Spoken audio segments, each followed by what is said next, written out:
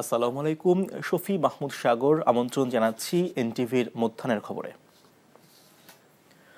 নির্বাচন সম্পর্কে প্রধান উপদেষ্টা ডক্টর মোহাম্মদ ইউনূসের বক্তব্য অস্পষ্ট মন্তব্য করে বিএনপি মহাসচিব মির্জা ফখরুল ইসলাম আলমগীর বলেছেন, তার বক্তব্যে নির্বাচন নিয়ে নির্দিষ্ট সময়সীমার উল্লেখ নেই।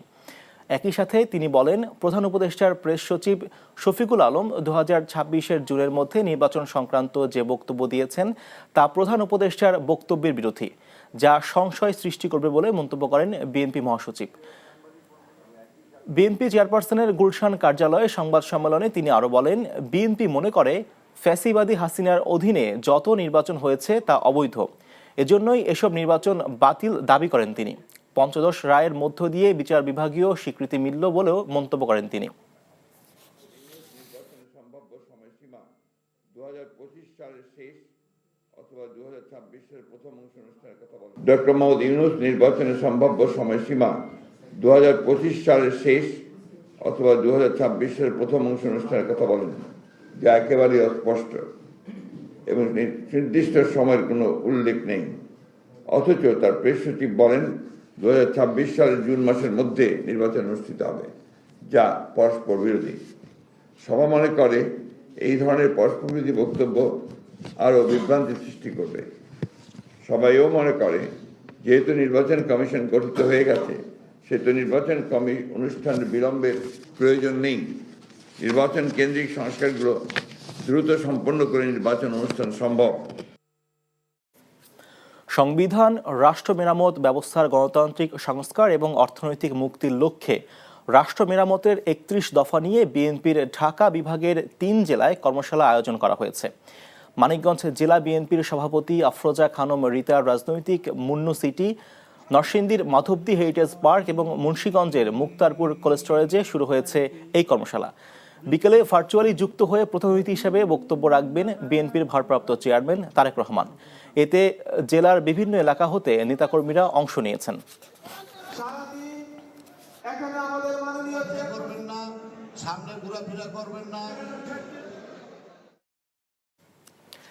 সাবেক আইজিপি আব্দুল্লাহ আল মামুন সহ 3 পুলিশ কর্মকর্তাকে একদিন করে জিজ্ঞাসাবাদের অনুমতি দিয়েছে আন্তর্জাতিক অপরাধ ট্রাইব্যুনাল। এর আগে জুলাই-আগস্ট মাসে গণহত্যার ঘটনায় মানবতাবিরোধী অপরাধের অভিযোগে দায়ের করা মামলায় পুলিশের সাবেক 5 কর্মকর্তাকে ট্রাইব্যুনালে হাজির করা হয়। বেলা 11টার দিকে কাশিমপুর কেন্দ্রীয় কারাগার থেকে প্রিজন ভ্যানে করে তাদেরকে নিয়ে আসা হয়। সকাল 10:45টার দিকে সাবেক পুলিশ প্রধান Chowdhury Abdullah Al Mamun national telecommunication and monitoring সেন্টারের এনসিটিএমসি সাবেক মহাপরিচালক অবসরপ্রাপ্ত মেজর জেনারেল জিয়াউল হাসানকে আন্তর্জাতিক অপরাধ ট্রাইব্যুনালে হাজির করা হয়। সব মিলিয়ে আজ 6 জন সাবেক পুলিশ কর্মকর্তা এবং 1 জন সংস্থার মহাপরিচালক সহ মোট 7 জনকে হাজির করা হয়েছে। আন্তর্জাতিক অপরাধ ট্রাইব্যুনালের চেয়ারম্যান বিচারপতি গোলাম মর্তুজা মজুমদারের নেতৃত্বে 3 সদস্যের ট্রাইব্যুনালে এই 7 জনের বিষয়ে শুনানি অনুষ্ঠিত হচ্ছে।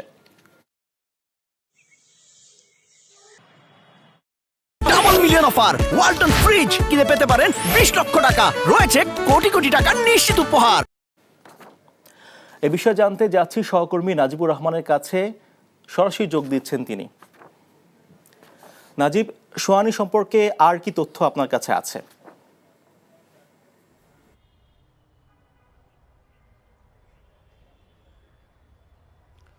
সাগর, বেলা 11:30টার দিকে শুনানির শুরুতেই 4টি গুরুত্বপূর্ণ বিষয়ে আদালত আদেশ দিয়েছেন। তার মধ্যে চৌধুরী আব্দুল্লাহ আল মামুন, পুলিশের সাবেক আইজিপি, তাকে জিজ্ঞাসাবাদের জন্য আবেদন করা হয় প্রসিকিউশন থেকে এবং তাকে কিন্তু আগামী 30 ডিসেম্বর জিজ্ঞাসাবাদের অনুমতি দিয়েছে আদালত।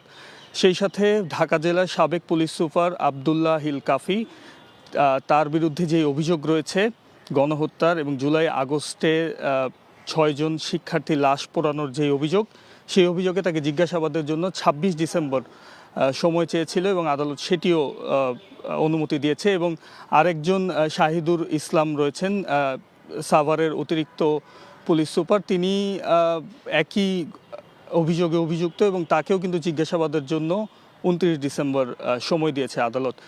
তাছাড়া এনটিএমসি সাবেক মহাপরিচালক জিয়াউল আহসান, তার বিরুদ্ধে যে অভিযোগ গণহত্যা এবং গুম সংক্রান্ত যে অভিযোগগুলো রয়েছে সেই অভিযোগে তাকে আজকে আন্তর্জাতিক অপরাধ ট্রাইব্যুনালে নিয়ে আসা হয় এবং তার আইনজীবীর পক্ষ থেকে কিন্তু এই বিচার প্রক্রিয়ার বৈধতা নিয়ে একটি চ্যালেঞ্জ বা আবেদন করা হয়। সেই আবেদনের শুনানির জন্য 1 মাস সময় পেছানোর জন্য প্রসিকিউশন থেকে আবেদন করা হয়। সেটি নিয়ে কিন্তু শুনানি কিছুক্ষণ আগেই চলছিল। এখনো পর্যন্ত আমরা সেটি চূড়ান্ত সিদ্ধান্ত আমরা আদালত থেকে পাইনি। তাছাড়া চৌধুরী আবদুল্লাহ আল মামুনের যেই প্রতিবেদন বা তাদের সকলের যে অভিযোগগুলো রয়েছে সেই অভিযোগের যে চূড়ান্ত প্রতিবেদন, সেই চূড়ান্ত প্রতিবেদনের আজকে দাখিলের ডেট ছিল এবং সেটি কিন্তু এখনো পর্যন্ত দাখিল করা হয়নি। আমরা ধারণা করছি যে 1 মাস সময় হয়তো তারা পেছাবেন, অর্থাৎ আদালত সেটি হয়তো 1 মাস সময় দিতে পারেন, তেমনটি আমরা শুনানিতে শুনছিলাম।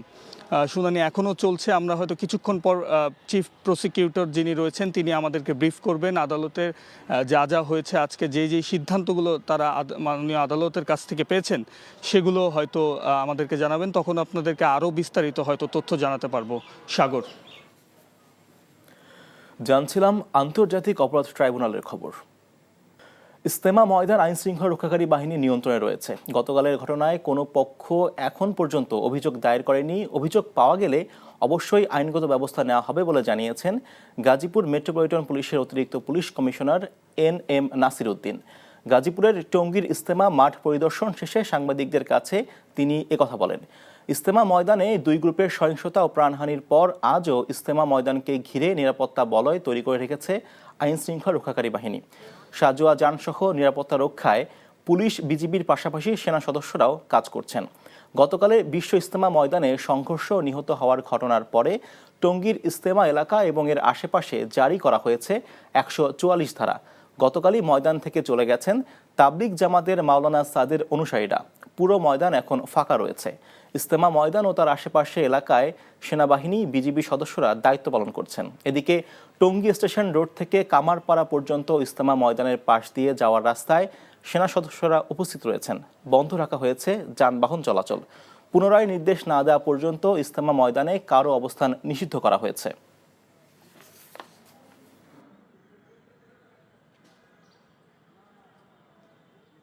Double million offer Walton fridge কিনে পেতে পারেন 20 লক্ষ টাকা, রয়েছে কোটি কোটি টাকার নিশ্চিত উপহার। আমরা সরকারের এই যে কোনো সিদ্ধান্ত, সঠিক সিদ্ধান্ত পেলে আমরা তাদের সহযোগিতা করব। সকাল থেকে পরিস্থিতি অনেক স্বাভাবিক আছে, খুবই শান্ত পরিবেশ। মামলা গতকালকে ঘটনায় এখন পর্যন্ত কোনো মামলা হয়নি। মামলা দিতে আসলে আমরা আইনানুগভাবে কার্যকর ব্যবস্থা গ্রহণ করব। এ বিষয়ে জানতে যাচ্ছি গাজীপুরে টঙ্গী ময়দানে, সেখানে আছেন সহকর্মী নাসির আহমেদ। নাসির, ইজতেমা ময়দান এবং আশেপাশের এলাকার সার্বিক পরিবেশ আমাদেরকে জানাবেন। সাগর, আমি যদি বলি যে আসলে টঙ্গীর ইজতেমা ময়দান এখন সেই ইজতেমার সেই কোলাহল নেই। পুরা ইজতেমা ময়দানে এখন শুনশান নীরবতা। এখন শুধু ইজতেমা ময়দানের প্রস্তুতিমূলক যে পাটের চট দিয়ে ত্রিপল টানানো থাকে সেগুলো কিছুই নেই। এখন শুধু সাক্ষী হিসেবে দাঁড়িয়ে আছে শুধু বাঁশের খুঁটি, এগুলো দাঁড়িয়ে আছে। আর কিছু কিছু জায়গায় কিছু কিছু ছালার চট দেখা যায় এবং সেই ত্রিপাল নেই, পলিথিনের সেই ব্যারিকেড নেই। আর এখানে ইজতেমায় অভ্যন্তরে কোনো লোক নেই, শুধু জুবায়ের পন্থীদের কিছু মালামাল, বেশ কিছু মালামাল এখানে রক্ষিত আছে। তারা মন্ত্রণালয়ের নির্দেশক্রমে তাদের 500 লোক এখানে টিন শেড রয়েছে, টিন শেডে তারা অবস্থান করছেন তাদের এই সমস্ত মালামালগুলো পাহারা দেওয়ার জন্য। আর সকাল থেকে আমরা দেখেছি যে কঠোর নিরাপত্তা বলয় রয়েছে ইজতেমা ময়দান এলাকা জুড়ে এবং টঙ্গীর স্টেশন রুট থেকে কামারপাড়া সড়ক সকাল থেকে বন্ধ ছিল। এখন সেই সড়ক এখন খুলে দেওয়া হয়েছে। যানবাহন চলাচল এই সড়ক দিয়ে অনেকটা স্বাভাবিকভাবে চলাচল করছে। সেনাবাহিনীরা ছিলেন সকল গেটে, এখন শুধু মূল ফটকে সেনাবাহিনী অবস্থান করছেন। আর অন্য ফটকে সেনাবাহিনী নেই, কিন্তু বিপুল পরিমাণ পুলিশ এবং APPN এর সদস্য আমরা এখন দেখতে পাচ্ছি। এছাড়া টঙ্গীর ইজতেমা ময়দানের গতকালকের ঘটনায় আপনি তো বলেছেন যে মামলা এখনো হয়নি, শুনেছেন যে সে মামলার প্রক্রিয়া এখনো তারা শুরু করেনি। এখন একটি মাত্র লাশ তারা নিয়ে গেছেন, বাকি লাশগুলো এখনো তারা স্বজনরা নিয়ে যায়নি। হয়তো স্বজনরা অভিযোগ করলে তারা মামলা নেবেন, এমনটাই বলেছেন পুলিশ। এই ছিল সর্বশেষ অবস্থা। সাগর, জানছিলাম ইজতেমা মাঠের খবর। 5 বছর পর দেশে ফিরলেন কানাডা ভিত্তিক ইউটিউব চ্যানেল ও ফেসবুক পেজ নাগরিক টিভির বার্তা প্রধান নাজমুস সাকিব। কিছুক্ষণ আগে হযরত শাহজালাল আন্তর্জাতিক বিমানবন্দরে পৌঁছান তিনি। এ সময় নাজমুস সাকিবকে ফুল দিয়ে শুভেচ্ছা জানান পরিবার সদস্য ও তার শুভানুধ্যায়ীরা। ডিজিটাল নিরাপত্তা আইনে এবং ধর্ষণের মিথ্যা অভিযোগে তার বিরুদ্ধে বেশ কয়েকটি মামলা হয়েছিল। সামাজিক যোগাযোগ মাধ্যমে ফেসবুক পেজ এবং ইউটিউব চ্যানেল নাগরিক টিভির মাধ্যমে পতিত আওয়ামী লীগ সরকার ও স্বৈরাচার শেখ হাসিনার নানা অনিয়ম এবং দুর্নীতি নিয়ে সংবাদ প্রচার করা হয়। এছাড়া ক্ষমতাচ্যুত সরকারের বিতর্কিত নির্বাচন ও আওয়ামী লীগ নেতাদের অপকর্মের ঘটনাও তুলে ধরা হয় নাজমুস সাকিবের সংবাদ মাধ্যম থেকে। আপনারা জানেন যে আমি পুলিশ নিয়ে সবচেয়ে বেশি রিপোর্ট আমি করেছি, তো পুলিশের ভেতরে সব খবর আমার কাছে চলে আসে। তো তখন আমাকে এসবি থেকে জানানো হলো যে ভাই আপনি আর ভবিষ্যতে বাংলাদেশে আসবেন না। আমি বলি কেন? বলে আপনি আসিফ নজরুল সাহেবের একটা ইন্টারভিউ করেছেন, তো এই ইন্টারভিউর কারণে আপনি এখন আসলে ভবিষ্যতে বিপদ হবে। আমি বলি কেন? আমার বিরুদ্ধে তো কোনো মামলা নেই। বলে মামলা লাগবে না, যে কোনো একটা মামলা আপনাকে শোন অ্যারেস্ট দেখানো হবে, তো আপনি আর আসবেন না। তো ওই যে 2019-এর মার্চ, এরপর থেকে আমি আর আসার সাহস করিনি। তো এখন যখন দেশ স্বাধীন হলো তখন আমি ভেবেছি যে এখন আমি আসবো, কিন্তু আসতে গিয়েও পারছিলাম না। কেন? কারণ ওই মামলার কিছু কিছু মামলা এজাহার তৈরি হয়ে গিয়েছিল। তো আমাকে বলা হচ্ছিল যে না, আপনি এখন আসলে হয়তো একটু সমস্যা হতে পারে। তো এখন যখন দেখলাম যে না, সমস্যা হবে না, যখন আমি ক্লিয়ারেন্স পেলাম যে আসলে সমস্যা হবে না, আমি আসলাম। নেই কোনো ধরনের তদবির, হচ্ছে না মোটা অঙ্কের টাকার লেনদেন। নিজের মেধা যোগ্যতায় মাত্র 120 টাকায় পুলিশ বাহিনীতে যুক্ত হতে চূড়ান্তভাবে মনোনীত হয়েছেন শ্রমিক, দিনমজুর কিংবা রাজমিস্ত্রির ছেলেমেয়ে। লালমনিরহাটে 36 জন ছেলেমেয়ে পুলিশ বাহিনীতে যুক্ত হতে চলেছে। লালমনিরহাট থেকে হায়দার আলী বাবুর পাঠানো রিপোর্ট। হাফিজুল ইসলাম, বাড়ি লালমনিরহাটের হাতীবান্ধা উপজেলার সীমান্তবর্তী উত্তর গোতামারি গ্রামে। ভ্যান গাড়ি চালিয়ে ছেলেমেয়েদের লেখাপড়া সহ 7 জনের সংসার কোনো রকমে চলে। অনেক কষ্টে এবার এইচএসসি পাশ করা বড় ছেলে সুমন মিয়া বাবার অজান্তে মাত্র 120 টাকায় অনলাইনে আবেদন করেছিলেন পুলিশের চাকরির জন্য। সব প্রক্রিয়া শেষে চূড়ান্তভাবে মনোনীত হয়েছেন তিনি। এভাবে সরকারি চাকরি জুটবে তা কখনো কল্পনাও করেনি দরিদ্র পরিবারটি। আলহামদুলিল্লাহ, খুব খুশি আমি। কোনো পয়সা করি লাগে নাই, আর আমি জানিও নাইলে পয়সা করির বিষয়। আল্লাহ রহম করছে। ভাইবা দেওয়ার পর মেধা, আল্লাহ রহমত মেধা দিয়ে আমি পাশ করছি। শুধু সুমন মিয়া নন, তার মতো এবার জেলার 36 জন ছেলে মেয়ে বাংলাদেশ পুলিশে নিয়োগ পেতে যাচ্ছেন, যাদের প্রায় সবাই দরিদ্র ঘরের সন্তান। কোনো তদবির ছাড়াই নিজেদের যোগ্যতায় সন্তানরা চাকরি পেতে যাচ্ছে, এই নিয়ে উচ্ছ্বসিত বাবা মায়েরা।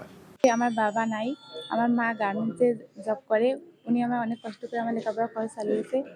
বাংলাদেশ পুলিশ আমাকে চাকরিটা দেওয়ার জন্য বাংলাদেশ পুলিশকে অসংখ্য ধন্যবাদ। পুলিশ সুপার স্যারকে অনেক অনেক ধন্যবাদ, কারণ এইরকম পুলিশ নিয়োগ আমি আমার জীবনে দেখি নাই আমার বয়সে। বাবা রাজমিস্ত্রি কাজ করে, অনেক কষ্ট করে পড়াশোনা করেছে, ভাবতেই পারি নাই আমি চাকরিটা পাবো। তো এটা আমি কখনো কল্পনা করতে পারিনি যে 120 টাকায় একটা সরকারি চাকরি পাওয়া যায়। কোনো ধরনের অনিয়ম ছাড়াই মেধা ও যোগ্যতার ভিত্তিতে নিয়োগ প্রক্রিয়া সম্পন্ন হয়েছে বলে জানালেন পুলিশ সুপার। আমরা দেখেছি মেধা এবং যোগ্যতা কার কেমন আছে। মূলত নিম্ন মধ্যবিত্ত এবং মধ্যবিত্ত পরিবারের সন্তানই এই পরীক্ষায় বেশি টিকেছে, আমরা প্রাথমিক রেজাল্টে যেটা দেখছি। দুর্নীতিমুক্ত ও নিরপেক্ষভাবে মেধাবী ও যোগ্যরাই পুলিশ বাহিনীতে যুক্ত হয়ে দেশ সেবায় নিয়োজিত হবে, এমনটাই প্রত্যাশা সবার। NTV news desk.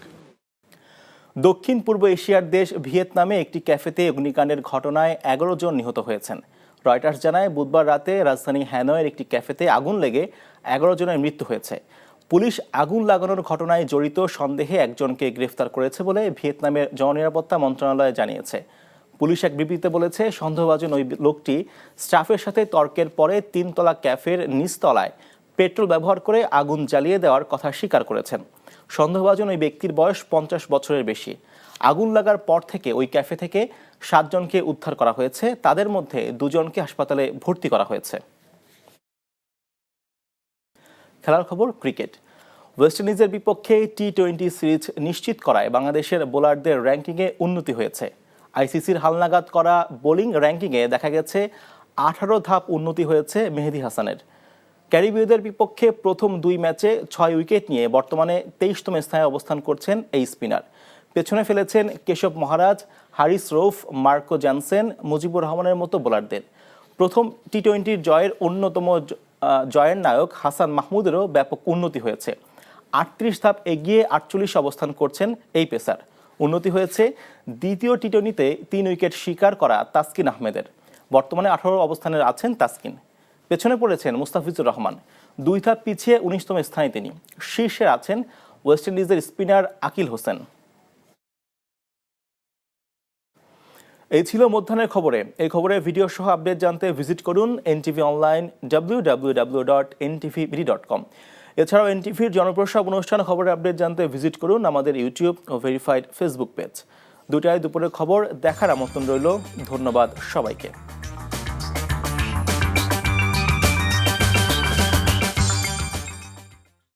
Double million offer Walton fridge কিনে পেতে পারেন 20 লক্ষ টাকা, রয়েছে কোটি কোটি টাকার নিশ্চিত উপহার।